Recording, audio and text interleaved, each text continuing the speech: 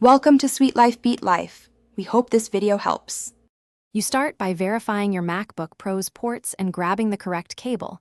This matters because bandwidth determines resolution and camera/mic support. Use a Thunderbolt 3/4 USB-C cable for all features. Once done, plug the studio display into power and connect the cable to your Mac. Make sure the display indicator lights. If you have an older Mac with HDMI, use a high-quality adapter. Why? Because adapters can limit refresh rate and disable camera or mic functions. With the cable connected, open System Settings and choose Displays to let Mac OS detect the studio display automatically. This is where you control resolution and scaling to match your workflow. Set the arrangement if you use multiple monitors and drag the white menu strip to the studio display to make it primary.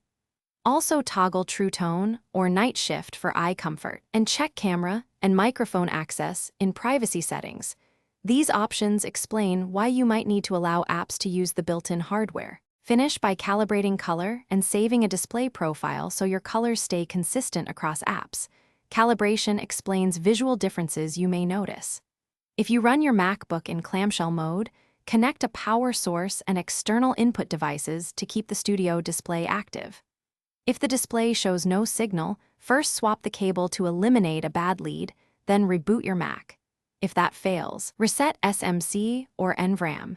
These steps clear low-level states that commonly resolve connection issues.